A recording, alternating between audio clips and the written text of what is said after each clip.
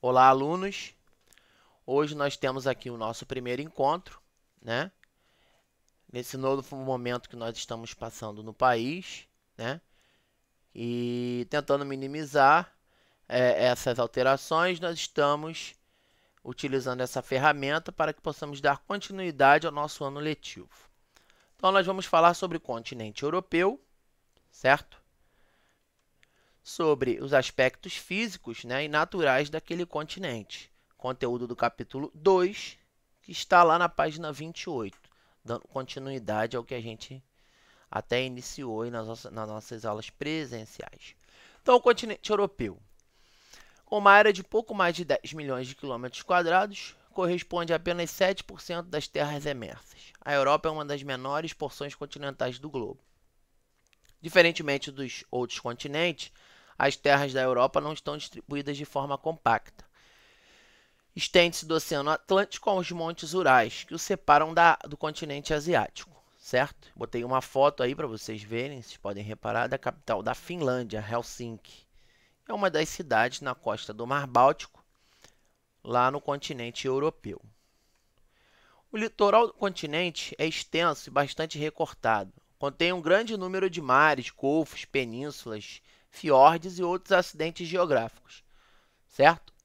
Facilita a construção de portos, favorecendo a utilização do transporte marítimo. Até porque sabemos que as nações europeias elas são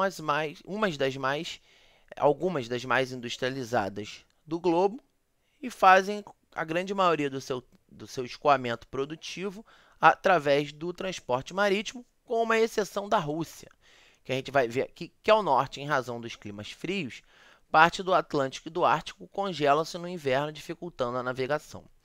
A Rússia é um dos países mais afetados pelas baixas temperaturas nas saídas por mar para o Atlântico. As únicas com as quais pode contar ficam congeladas durante parte do inverno, correto? Dentre as várias penínsulas destacam-se a Escandinava, onde se localiza a Noruega e a Suécia, a Jutlândia, onde se situa o território da Dinamarca, a Ibérica, a famosa Península Ibérica, constituída pela Espanha e por Portugal, a Itálica, onde se localiza a Itália, a Balcânica ou dos Balcãs, constituída por Bulgária, Croácia, Bósnia e Herzegovina, Sérvia e Montenegro, Macedônia, Turquia, Grécia e Albânia. O relevo europeu, certo? Vamos lá. Predominam as baixas altitudes. Há cadeias de montanhas também com altitudes superiores a 4.000 metros e a 5.000 metros. São encontrados ao norte e distribuídos pela parte central do continente. Formado por planaltos, cadeias de montanhas, planícies e depressões. Então a gente segue as setinhas, né? Montanhas. Porção central e sul do continente. Vocês vão ver aqui no mouse. Ó. Cada setinha corresponde a um item. A cadeia mais importante é a dos Alpes. Planícies, cerca de 2/3 do relevo europeu, principalmente na parte leste e central do continente. E depressões, que ocorrem junto ao Mar Cáspio e na Holanda, ao norte do baixo curso do Rio Reno. Rio Reno é um dos mais importantes, né, do continente europeu. Certo? É o maior rio, né? E se origina nos Alpes e divide a França da Alemanha. É um grande rio daquele continente. Planícies. As planícies são sedimentares, cortadas por importantes rios navegáveis e se estendem do Mar do Norte aos Montes Urais. As mais extensas são a russa, a germano-polonesa, da Hungria, planície do Pó e Bacia de Paris, Bacia de Londres. Cerca de 50% dos Países Baixos localizam abaixo do nível do mar. Desde o século XVII, os holandeses vêm construindo diques para impedir a invasão da água do mar. Certo? Edificam também canais e sistemas de drenagem e bombeamento para a retirada de água de áreas pantanosas e lagos. Essas construções permitiram a ampliação do território com o avanço sobre o Mar do Norte, correto? Essas áreas conquistadas são chamadas de pôlderes, utilizados principalmente para a prática da agricultura e da pecuária. Ou seja, os pôlderes Foram projetos criados para evitar inundações e tornar essas terras baixas aproveitáveis para a atividade pecuária, agropecuária, né, desses sistemas de drenagem. Isso foi possibilitado. A hidrografia, os rios, não se destacam pela grande extensão, mas pelo volume de água e sua importância como via de transporte. A hidrografia apresenta cerca de 75 mil quilômetros de vias fluviais, 43.500 quilômetros são constituídos por canais. Principais rios, o Danúbio, o Volga e o Reno, como eu falei anteriormente. Rio Danúbio, certo? É o rio que atravessa o maior número de países europeus e serve de limites entre alguns deles: a Alemanha, a Áustria, a Eslováquia, a Hungria, a Croácia, a Sérvia, Montenegro, Bulgária, a Romênia e a Ucrânia. Importante via de ligação entre a parte ocidental e a parte oriental da Europa, ou seja, a Europa Ocidental, o Oeste, certo? E a parte oriental, a parte leste, os países do leste europeu, como vocês bem sabem. O Danúbio comunica com o rio Reno através do canal de Ludwig e do rio Meno. O Volga, com 3.700 quilômetros de comprimento, é o mais extenso do continente, certo? Nasce no Planalto de Valdai, corre pela planície russa e desemboca no Mar Cáspio, navegável em quase todo o seu curso. Suas águas permanecem congeladas durante boa parte do ano. E agora, nós temos o rio, eu falei para vocês lá que ele era o maior, mas era o maior em mais importância, certo? O rio Reno comunica-se com vários rios através de canais e liga o oceano a várias regiões industriais. Isso tornou o porto de Roterdã, localizado em sua foz, um dos mais movimentados do mundo. O rio Reno liga a parte central da Europa aos Países Baixos, navegável da Basileia até o Mar do Norte, nasce nos Alpes, separa a Alemanha da França, como eu falei mais atrás, passa pelos Países Baixos e desemboca no Mar do Norte. Em seu curso foram construídas usinas. Junto a seu principal afluente, na Alemanha, o rio Ruhr, localiza-se o maior complexo industrial da Europa, o que permite o escoamento de vários produtos a custos bem menores.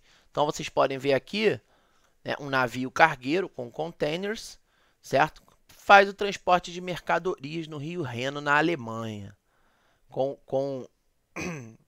né, que ele tem aí junção com a Alemanha, né? Nota-se que esses são, né, alguns dos países de maior importância na questão da industrialização mundial. Então, esses produtos são escoados através desses rios, do rio Reno principalmente, né, que é navegável em quase todo o seu curso. Clima e vegetação.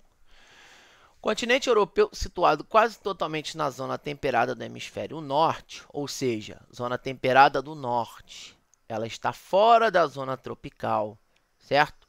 Nós estamos no hemisfério norte, acima do Equador, certo? Fora da zona intertropical, né? E chegando à zona temperada do norte, certo? Além da posição geográfica, outros fatores são responsáveis pela determinação de seus tipos climáticos. As correntes marítimas, a maritimidade e a continentalidade, e a disposição das formas de relevo, a altitude e também os ventos. Uma corrente marinha que influencia bastante o clima da Europa é a corrente do Golfo. Ela provém da zona intertropical e aquece as áreas litorâneas de vários países, né, em algumas épocas do ano. O clima temperado europeu divide-se em dois tipos: temperado oceânico e continental. O oceânico, que ocorre na parte ocidental do continente, recebe a influência da corrente do Golfo. É úmido, com verão e invernos menos rigorosos, devido a essa corrente. A amplitude térmica dessa região é menor que no interior do continente, correto? Ah, mas por que a amplitude térmica é menor? Devido à ação dos oceanos. Vocês lembram que eu expliquei para vocês uma vez na questão do oceano, né? Que a água ela tem o poder de manter a temperatura, né? Ela tem um calor específico maior do que o continente e ela consegue manter a temperatura, né, por mais tempo. A amplitude térmica dessa região é menor que no interior do continente e as chuvas abundantes distribuem-se de forma regular pelos 12 meses do ano, atingindo maiores quantidades no inverno.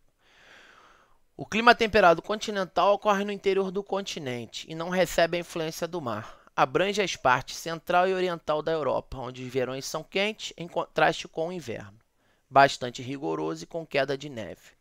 A amplitude térmica é grande.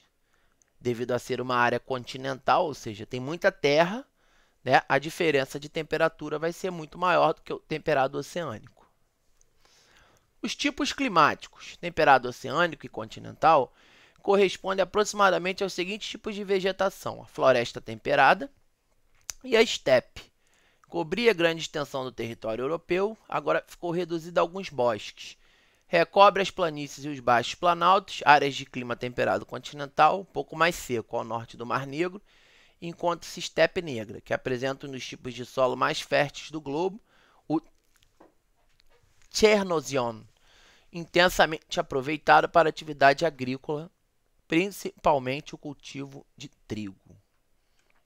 O clima do Ártico, certo? O clima do Ártico, né, próximo ao Oceano Glacial Ártico, ocorre o clima frio ártico. Durante um curto período do verão, esse tipo climático apresenta temperaturas próximas a 10 graus, ou seja, um clima muito frio. Sua vegetação predominante é a tundra, vegetação rasteira, constituída por musgos e por líquens, né? Eu até falei para vocês, num outro encontro, sobre a vegetação da tundra. Vocês tiveram um contato com esse tipo de vegetação há um tempo atrás, quando nós tivemos um outro encontro, correto? Nas áreas de elevada altitude, ocorre o frio de montanha. Nessas áreas, a vegetação modifica-se de acordo com a altitude e a consequente queda de temperatura nas áreas mais altas, correto? Beleza, vamos lá. Nas proximidades do Mediterrâneo ocorre o clima mediterrâneo, graças à influência das massas de ar oriundas do deserto do Saara. Esse tipo de clima caracteriza-se por verões quentes e secos. A época de chuvas é no inverno. O tipo de solo da tundra é o permafrost, também conhecido por pergelissolo. O permafrost é, em linhas gerais, caracterizado por estar quase sempre congelado, não permitindo ou dificultando ao máximo a penetração das raízes das plantas em grandes profundidades. Além disso, em suas baixas temperaturas, impedem a decomposição da matéria orgânica de plantas e animais mortos, dificultando a permanência de vegetais que se alimentariam desse solo. A vegetação típica desse tipo de clima, agora falando do Mediterrâneo, né? Como vegetação mediterrânea ou floresta mediterrânea. A maior parte das espécies da vegetação mediterrânea é exclusiva dessa formação vegetal. É constituída por maques e garrigues, além de aves de pequeno porte, como oliveiras. Aliás, a oliveira é a árvore que tem como fruto a azeitona, qual se produz o azeite. É uma espécie típica do clima e da vegetação mediterrânea. Além de espécies nativas, o clima mediterrâneo é muito propício à produção de uvas, o que faz com que as regiões com esse tipo de clima reúnam os mais importantes vinhos que nós conhecemos, correto? Então, é uma informação bem relevante para a gente prestar atenção aí também. Continuando. Então, é o nosso último slide. Então, espero que vocês gostem e consigam ter êxito, bons estudos.